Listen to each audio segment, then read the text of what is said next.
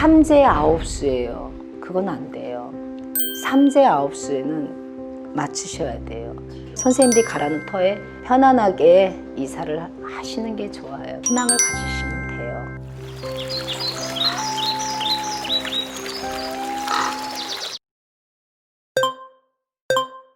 네. 손 없는 날 이사하면 좋죠. 그러죠. 그런데 비싸죠. 그날 이사하는 날에 사람이 너무 많아서 잡기도 힘들죠. 꼭 손 없는 날 이사를 해야만 하는 건지. 손 없는 날 이사를 하면 좋은 거죠. 좋은 건데 손 없는 날을 이사를 갖다가 못하는 경우. 근데 이제 삼재 아홉수예요. 그건 안 돼요. 삼재 아홉수에는 맞추셔야 돼요. 지켜주셔야 돼요. 삼재가 껴있고 아홉수고 19 중에 이분은 이사의 운이 없어요. 부모님을 따라가는 자녀일 경우에요. 자녀는 상관이 없으세요. 초년운하고 초년덕이라고 그래요. 그거는 부모님을 따라가게 돼 있어요. 내 부모님이 대운이래요. 근데 아이는 삼재고 아홉수예요. 그거는 괜찮으세요. 부모님의 운으로 가는 거기 때문에 초년운과 그걸 초년덕이라고 그래요. 그런데 만약에 부모님이 삼재고 아홉수야.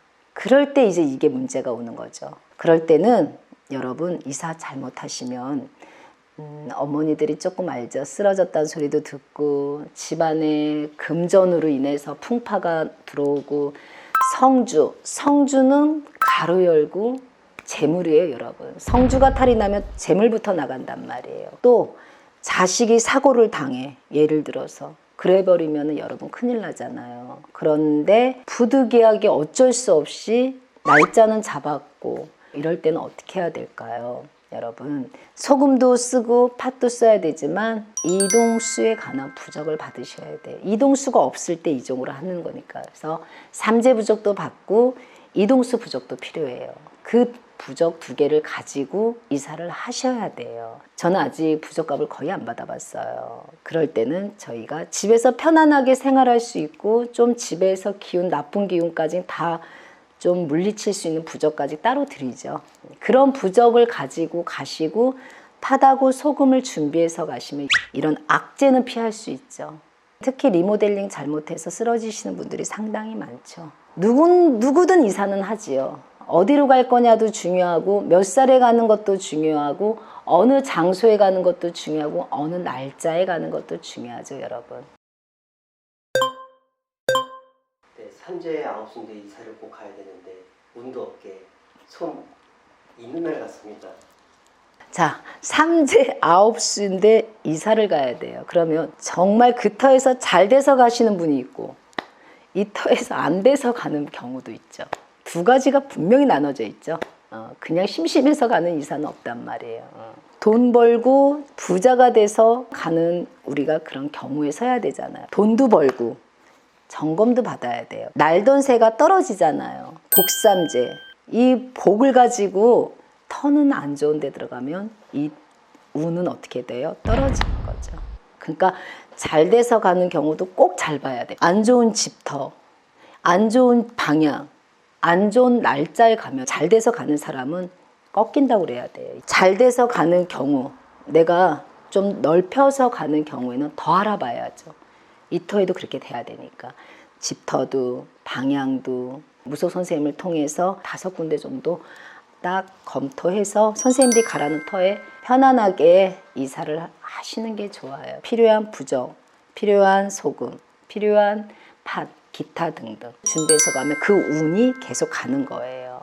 5분이 다 하시는 말씀이 다르다라고 하면 뭐 어떻게 될까요?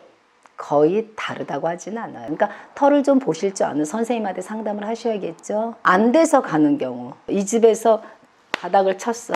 어머니들이 흔히 얘기하는 손바닥을 쳤어. 이제 쫓겨나든 내가 진짜 이 집에서 더 이상 못 버티겠어요. 운을 한번 바꿔보고 싶어 그래서 나가시든 바닥을 쳐서 나가는 거잖아요. 사고가 나서 나가는 건 아니잖아요. 정말 운에 떠밀려서 이사를 가는 게 거의 다 맞잖아요.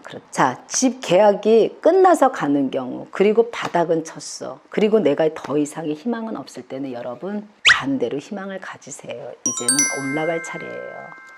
터의 운의 기운이 다 바뀌어 버리잖아요, 여러분. 그러면 정말 이 운이 안 좋을 때는 오히려 좋은 기운으로 가게 돼 있어요. 그러니까 내가 너무 힘들다 할 때는 이사를 좀 하시는 것도 좋은 거예요. 이사를 하셔서 좀 여러분들이 세터에 가셔서 금전, 건강, 재물 이거를 놓고 기운을 바꾸세요. 기운 바꾸시면 여러분 좋아요.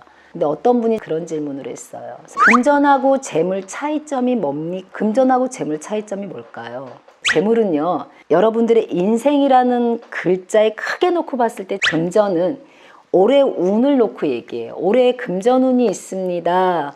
올해 금전 손실의 운이 있습니다. 들어올 운이 있습니다. 나가는 운이 있습니다 할 때는 금전이란 단어를 쓰고 같은 표현이기도 하고 같은 단어이기도 하지만 크게 놓고 봤을 때는 재물은 길게 놓고 얘기하는 거예요, 여러분들한테. 재물복이 있습니다 이렇게 얘기를 하죠. 금전복이 있습니다 라고는 얘기를 안 하시죠, 이 보시는 선생님들이. 그래서 지금 내가 더 이상 내려갈 곳이 없이 내가 이 집터에서 너무 안 좋은 기운으로 쫓겨나든 이사를 가야 된 상황이 오든 한 번쯤은 내가 이 집터를 떠나고 싶을 때는 여러분 그 기운이 바뀐다는 걸 알으셔야 돼요. 희망을 가지시면 돼요.